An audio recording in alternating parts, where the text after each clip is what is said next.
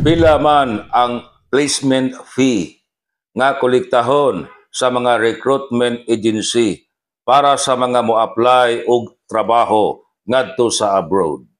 Sumapa sa Section 51 o Section 54 sa 2016 Revised POAA Rules and Regulations.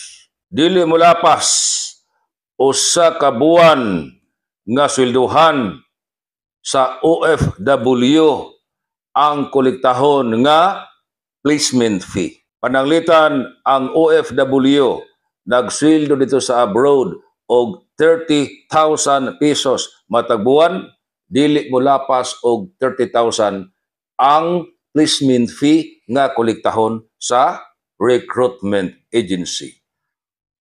Dunay exempted paghatag og placement fee